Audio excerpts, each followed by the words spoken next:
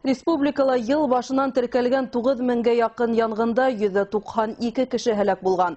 Башка елдардан айырмалы күңелһеҙ статистиканың күтәрелеүе күзәтелә. Был хакта Башкортостандың гадәттән тыш хәлләр буенча дәүләт комитетының коллегия ултырышында билдәләнде. Кәңәшмәдә әйтелүенчә, күпселек осрактар кеше факторына бәйле. Тәү сиратта эскелеккә барып тоташа. Янгын сыгуның сәбәпләре нидә?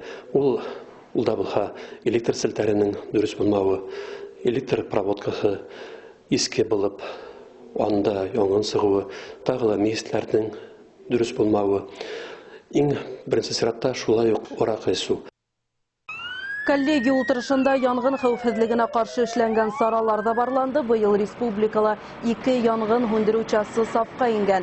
Якын арала тагы 3-үһе файдалануга тапшырыласак. Йорттарҙы янгын иҫкәртеүсе ҡоролмалар менән йыһазландырыу да үҙ һөҙөмтәһен биргән. 283 кешенең ғүмере һаҡланып ҡалған. Улар яртыһы балалар. Шуға ла эш тик бының менән генә сикләнмәйәсәк дип билдәләнде ултырышта.